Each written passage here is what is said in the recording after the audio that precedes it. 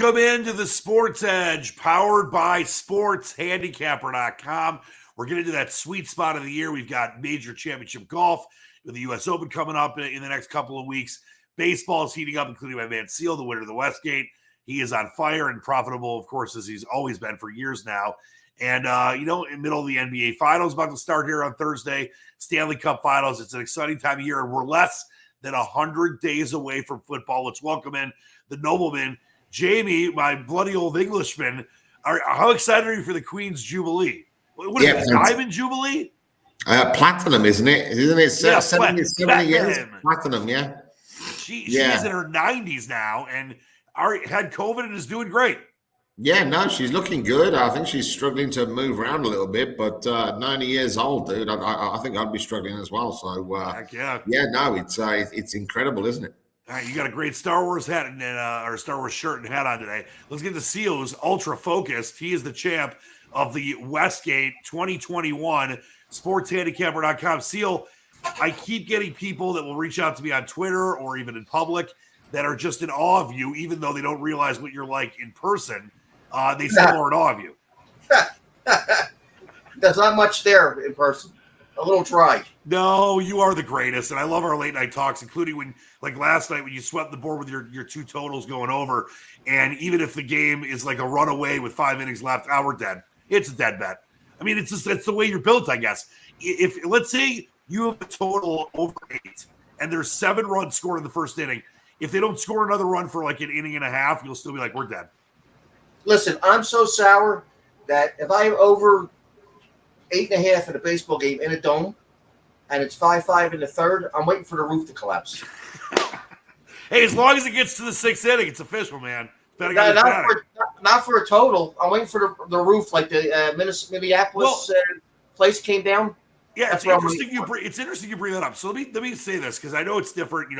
I'm here in Michigan, you're in Philly, Jamie's in Costa Rica. I understand that obviously there's different rules for different places. Hold on. I'm not in Philly. All right, you are. I'm near Philly. I'm near outside of Philly. If I was in Philly, I'd probably be a statistic right now. Actually, don't you live in a trailer 15 miles outside of Philly? You can call it a trailer park, but as long as you're not in Philly, your life expectancy is a couple years higher.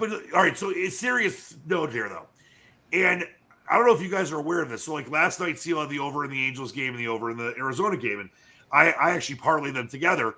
As it was in the 7th inning, I believe, when the game officially went over in Arizona. As soon as it did, I got paid by FanDuel. And I know they do the same thing in the NBA. Now, I know that, a game could have, Arizona's a dome, so they can't have an issue there. But let's say, I think it's actually happened to me when it's been outdoors as well. Because even if a game gets delayed after it's official and it's over the total, it's not going to change the total. So are you surprised they do that? Yeah, I don't know why they would pay it, because anything could happen, and it could be a riot. A riot, but the game's official after 5.5 innings. Not for a total. Yeah, it is. What do you mean not for a total? They can't cancel the game. No, it's not that. The game's got to go 8.5 innings if the home team's winning. Well, right, but I'm saying if it's the games are now resumed no matter what. They changed that rule a few years ago. So even if the game got postponed and restarted, it's still going to be over the total. No. I got paid before the game was over. It has to go to full game for a total. Right, but you're missing my point. You're missing my point. I understand that. Right. But especially in the NBA, like when I've had overs, I already get paid by the time it goes over, even if it's early in the 4th quarter. My point about the baseball thing is this, is that even if the game gets postponed due to weather after like the 7th or 8th inning, and they finish the next day. It'll finish. Yeah, it's still going to be over the total.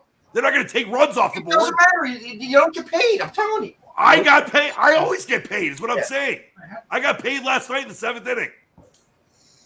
You can, okay, so... They don't do that offshore. That's not the way it works offshore. But here in the legal betting apps, when games go over totals, I got paid. Oh, the legal ones. I'm talking about offshore. I said not offshore.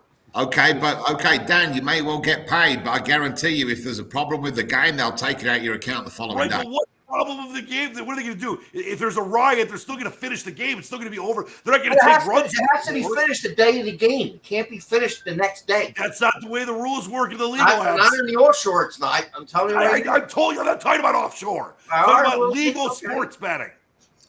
But it is pretty Okay, cool. but- Like, it was the 7th inning. I had already won the first game. That was official. And the second game wasn't, 8.5 innings, whatever the rules are. Each sportsbook's different. And it was already paid in the 7th inning. I think if you look at the legal sports books, they're going to do everything they can that is in favor of the better because they just want to keep players playing.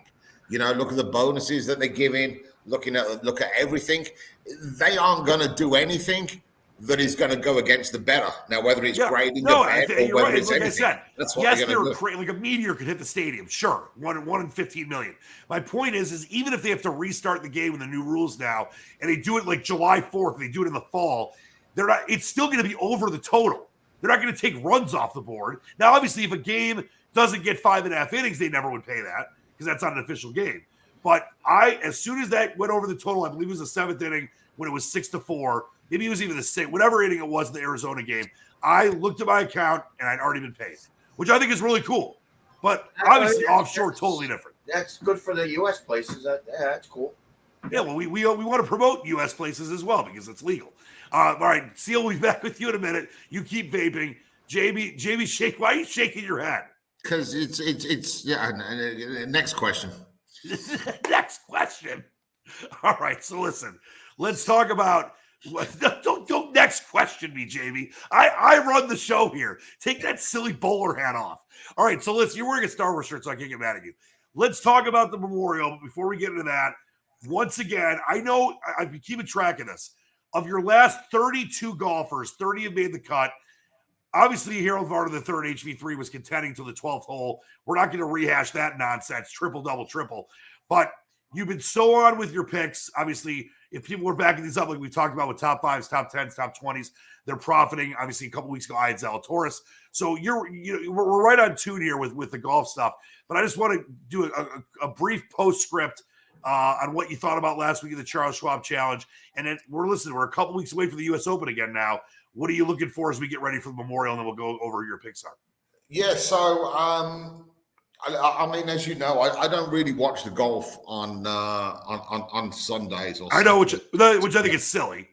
Yeah, no, I mean, well, the reasoning behind it is if I'm watching Harold Varner on the 12th, shit's going through the window, shit's going through the laptop. So I'd rather just not worry about it. And imagine what it was like for me. I watched every minute of it. I was crazy. I couldn't, dude. I'd have been looking for a steak knife or something like that.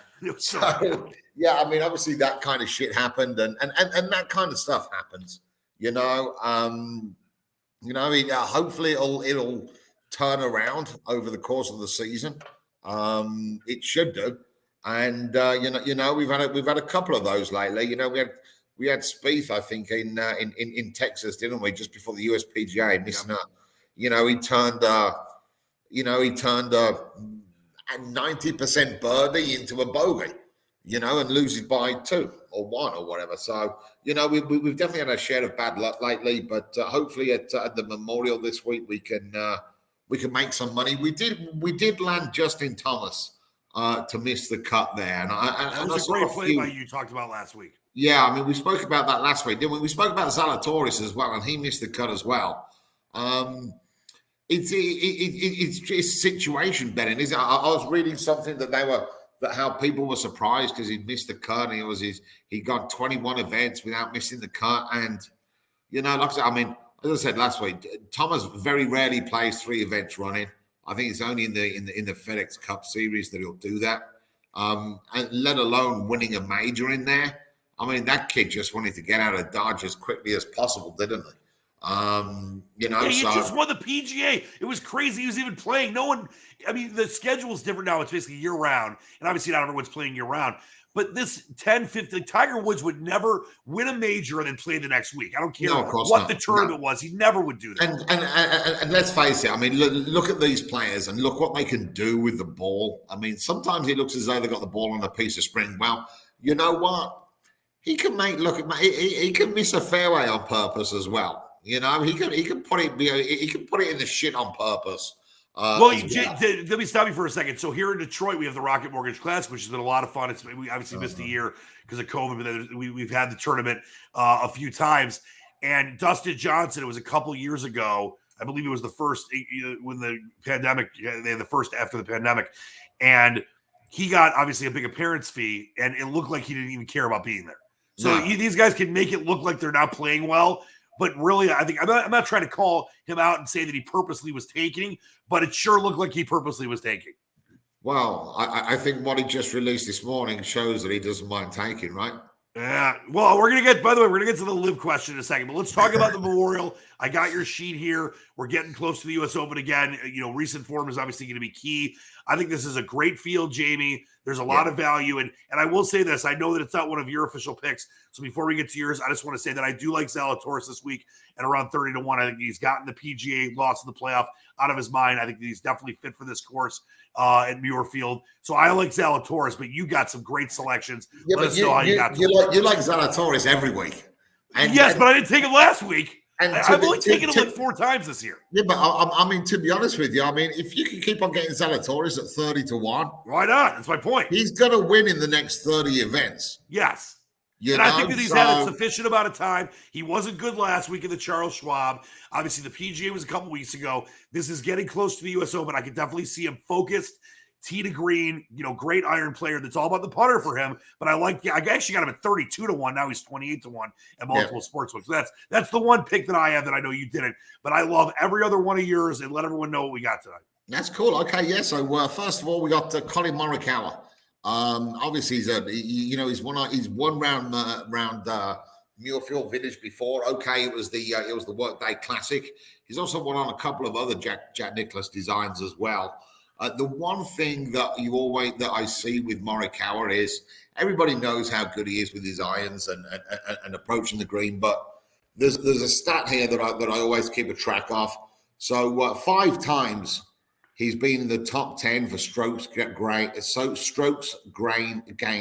approach. Whenever he's been in the top 10 and plays the following week, he's come 1st, 2nd, 7th, 14th, and 7th. So that's a bit of an indicator to me that he's playing well and he's definitely moving in the right direction. Put him onto a course that he's already won at. Put him on a Jack Nicklaus design as well. Put him on the correlating courses there that we see, with the Genesis and the Tournament of Champions. And 20-1 looks a real good bet for Morikawa this week. Moving on from Morikawa, we're on Joaquin Niemann. Again, good correlating course form with Tournament of Champions and the Genesis.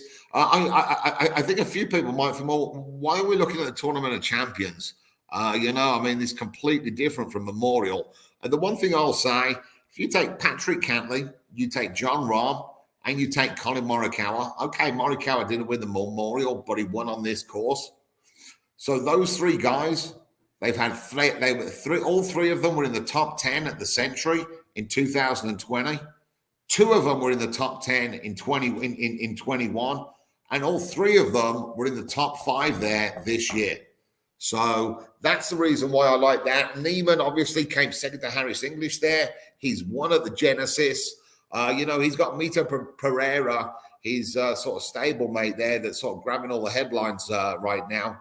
I'm pretty sure he's going to want to put himself back in the picture and get people talking about him again. Talking about Pereira, he's the 3rd guy we've got. Again, a little bit like Morikawa, there's a bit of a trend with him. Whenever he's top 10 the week before in driving, in strokes gained off the tee, 6th, 5th, and 3rd. He is playing his 4th week, which I don't really like. And the thing why I added Pereira was I was so annoyed at myself for not betting him in the USPGA that I'd rather lose money on him than not bet him and see him win. So Pereira's won. Patrick Reed. Obviously, the guy that everybody loves to hate. Yeah, Captain America. Yeah, maybe there's a few other people who will take that mantle off him. So we'll see about that. But 10th and 5th after the renovations at Memorial, came 7th last week. So it looks as though he's sort of coming around in good form. Again, you're getting about 50-1 on Patrick Reed, which let's face it. I mean, he's won the US on his day is fantastic. US major winner. So yeah, So the last one as well, who we got, Sung Jae Im. Last time we saw him on the PGA Tour was over in the Heritage. He went over to South Korea to play an event and caught COVID. So we haven't seen him since Heritage, but came back last week. I think it was a top 10 in strokes gained off the tee, which he always is. Absolutely no signs of rust. So I'm liking Sung Jae Im as well this week. But no real outsiders. This event, okay, it has been before. David Lingmerth's won here. Jason Duffner's won here. But if you see there as well, those are the last 4 winners around here. And just look how many top 10s these guys have had before winning at the Memorial. So you know what? It tells you it's a good player that's going to win this. Whenever you got a good player, you're not going to get real high odds. So 50-1 on Pereira is about the highest that I'm going to go. And it should be a great event. And I love watching Memorial. With Nicholas and the course there, it's a fantastic course, fantastic setup. This was of course the event last year where Rahm had a 6-shot lead, didn't he? Had to withdraw in the third. He would definitely have won it. By the way, explain to the people again, because you mentioned the workday. Why? Because obviously that was the year the Memorial did happen, right? They just had the workday there instead. Well, no, that was straight after COVID, and what they did was they put 2 events on at Millfield Village. That's right. So Morikawa won the first one, but the course was very differently set up. So yeah, I mean, it's as close as getting to the Memorial as you can, but I really do like Morikawa. If I was going to take anybody, I'd throw enough on Morikawa. I love it. Great stuff as always. ScratchCaddy.com for Jamie's stuff, and in the worksheet, he does hours of work for you. So please check that out. Jamie, before we get to Seal, I got to ask you, you kind of alluded to it earlier, this whole live golf thing. It's LIV, so it's not really live. It equals 54 in Roman numerals because it's a 50-hole event. Dustin Johnson, I know Kevin Na's doing it. James Pyatt, who's locally here in Michigan, coached by a good friend of mine named Brian Carnes. He's been a pro for 2 weeks. He is risking possibly being banished from the PGA Tour. I don't think the PGA is going to go through with that, where they said if you play in the LIV, you can never play in the PGA Tour again. But what do you think about it? Is it going to make it? Will it be bettable? It's obviously a much different format. What do you think? Well, first of all, 2 things. I think that anybody who gets offered that kind of money in everyday life is not turning it down. Right. So I think for people like, regular everyday people, you say, well, it's the Saudi money and look what they did and look what goes on there and blah, blah, blah. If they want to turn around to you and quadruple your annual salary, you're going to take it. All right. So that's just how it is.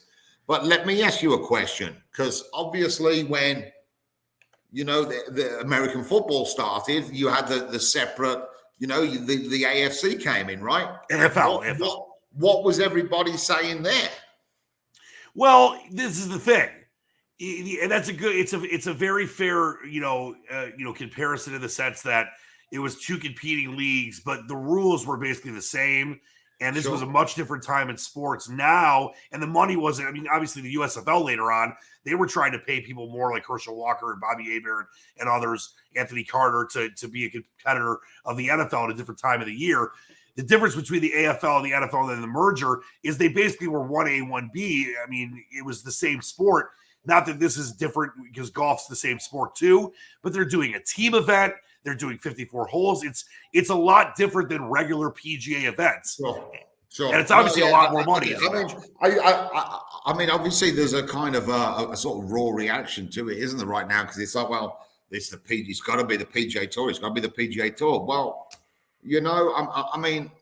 without competition, nothing improves, right?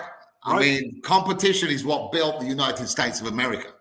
Right. You need companies competing against themselves to push themselves on and to make things better and all of that. I'm not saying LIV is going to take over. Of course it's not, but,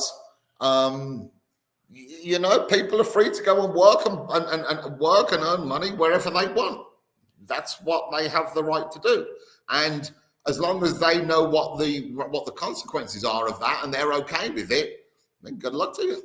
I mean, if if Graham McDowell doesn't want to be a Ryder Cup captain in the future, or Dustin Johnson isn't going to go back to the Masters or whatever, I don't know what's going to happen, but that's their decision. And if they want the money, take the money. I mean, hey, listen, Dan, if somebody was going to offer you $1 million to go and do rated podcasts, you're taking it. Yeah, I mean, as long as it's not like Nazis that are running it. I mean, it's a very tough thing. Listen, I understand and making a living, and I get all the things you're saying, and I understand where Greg Norman is coming from in one sense. I understand where Phil Mickelson, the off-cut comments were coming from. They just could have handled it better. Oh, the Saudis are dangerous and disgusting. I'm sorry, not the whole people, but some of these people in that country are very dangerous and very corrupt. But it doesn't mean that everybody is. So just because there's Saudis that are backing this, they could have just handled the way they answer those questions or gave their statements better. I mean, Greg Norman was just stupid. I think 100%. I mean, that scary motherfucker comment and all of that. Hey, listen, the Saudis just bought Newcastle United Football Club. They're owners of a Premier League football club. Yeah, listen, if Greg Norman would have said, listen, I disagree with so many different things that certain people in the Saudi government and empire, and kingdom have done, but these people that are involved, I know are not going to be, related to that kind of stuff. We got to try to move forward and build bridges and not, deal with people that are doing things the wrong. He could have said things so differently. Yeah. Obviously, the Mickelson thing as well. Mickelson's not going to be playing this first event, but he's part of this tour. But it'll be interesting. We'll talk about this going forward, Jamie, because maybe there will be some betting opportunities. I don't think people have an issue with betting. I was surprised to kind of see Taylor Gooch on there. How about James Piot? He just became a pro. He's risking not playing ever on the PGA Tour.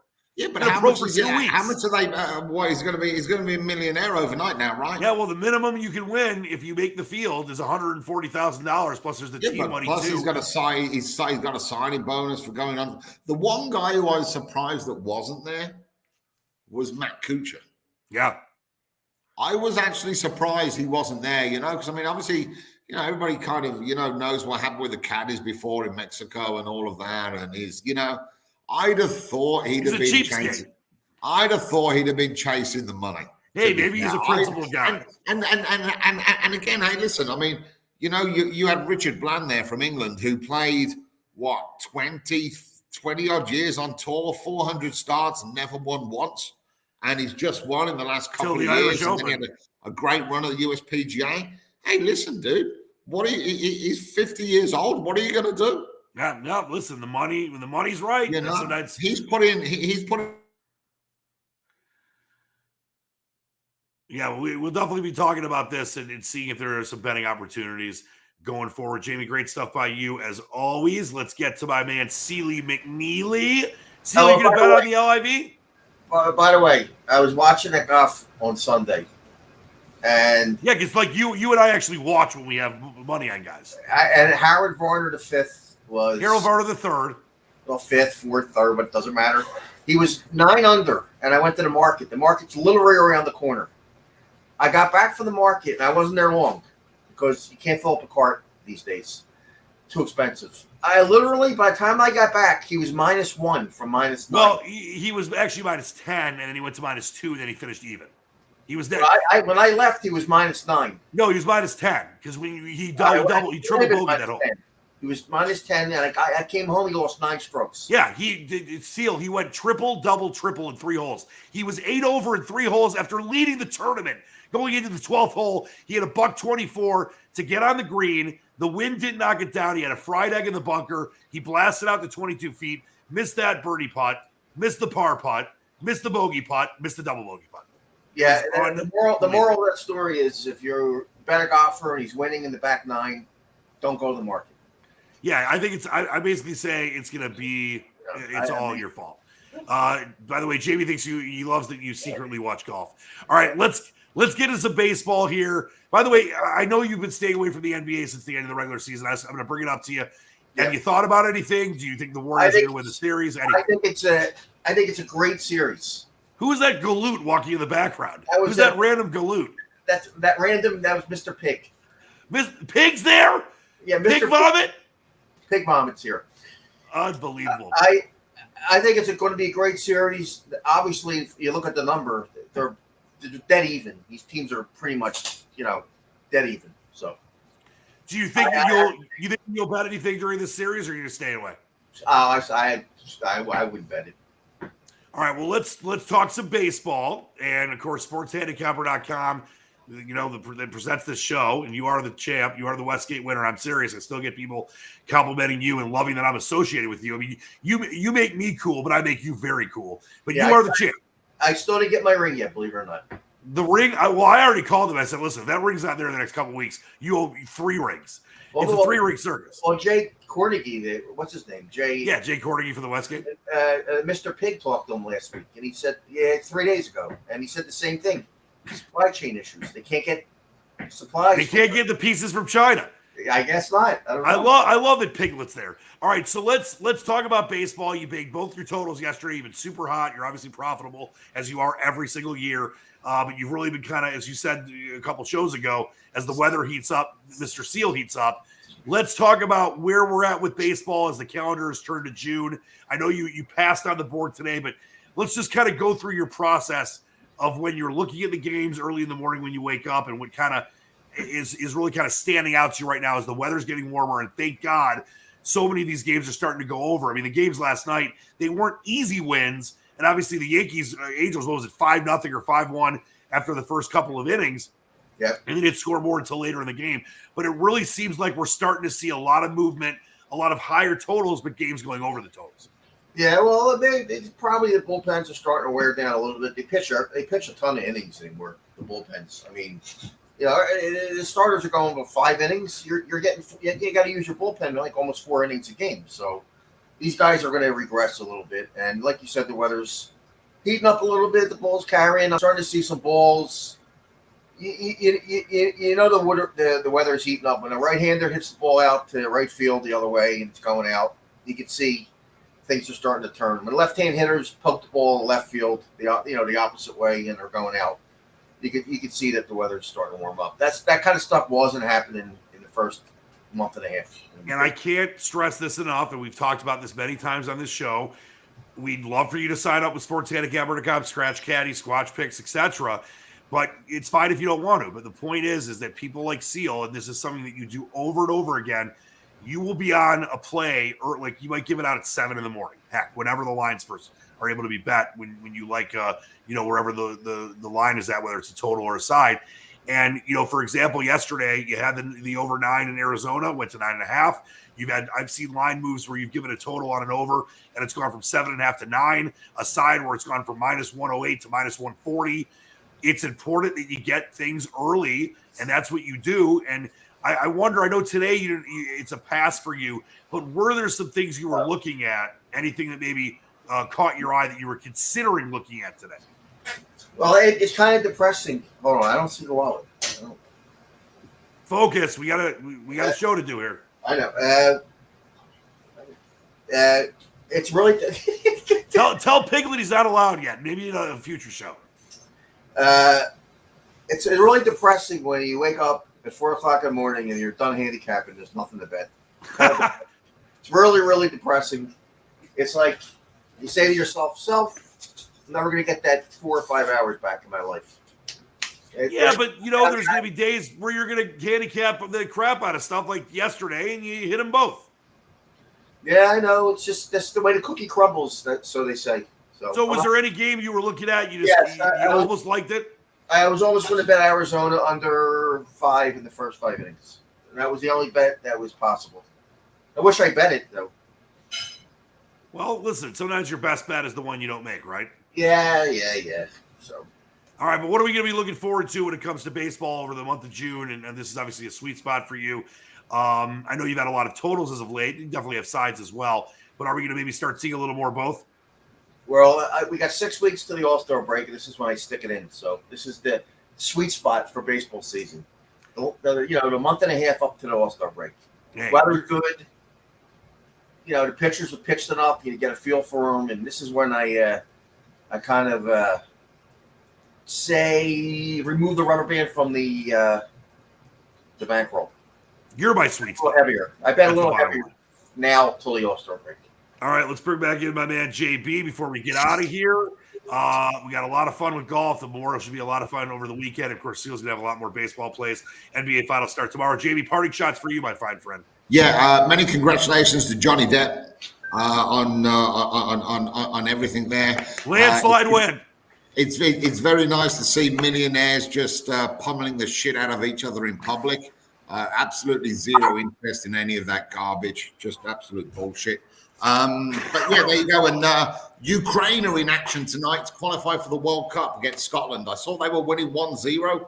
Don't know what the score is right now, but obviously any neutral fan, let's go Ukraine, right? I liked Ukraine plus the 235. I figured they just have all the emotion out there. Seal, what do you got? My regards to Amber Heard, a complete fraud. You could just tell she was lying just from watching the trial. And anybody that shits in your bed, I don't trust them. How about anybody that shits in your bed and believes in another small dog, even though it's human feces? Yeah, well, if somebody shits in your bed and it's not a dog, you got a problem. Okay, major problems. Major All right, problems. I love both of you. For me, I just want to say we just came out of Memorial Day. Obviously, it's a great day to spend time with friends and family. But let's not forget what it's all about. The amazing people that pay the ultimate price before us to give us these freedoms and let us enjoy. Absolutely. So thank you to all that. My grandpa served in World War II. Jamie was a paratrooper in the Korean War. Yeah, my grandfather was in World War II. Yep. My cousin was in the Falkland. I was in the Falkland Wars as well. So he passed away over in the Falkland War. So yeah, I mean, it's, you know, these guys, they're the best of the best, aren't they? All of them. Yep, let's never forget how lucky we are to have them and be able to give us these great things to do shows like this and enjoy sports and bet sports and win. Great job by you both. As always, good luck with your picks in the Memorial, Jamie. I'm looking forward to it. Seal always on top of things with baseball. Until next time. Also, I got one other thing for you. Jamie, I saw a show with the Queen Elizabeth. Very impressive ship, carrier. Very impressive. Oh, yeah, it's top level. Queen Elizabeth. Oh yeah, happy platinum jubilee to the Queen. Where's the joke? There's no joke. Don't listen to Seal. I was waiting for the joke, Sealy. No, the Queen Elizabeth, the carrier they got. Yeah, don't engage him. By the way, Piglet keeps watching in the background, wanting to get on the show. Piggy really wants to get in on this shit. Yeah, Piglet really wants to get in on this. He's actually looking for his wallet because he loses everything. Now he can't find his wallet. All right. Once again, for my man Jamie, for Seal, who's a nut, but I love him, I'm Dan Leach the Squatch. Until next time, keep reaching for the stars, believe in the dream. We love you all. Peace and love. We're out of here. Catch you later, guys.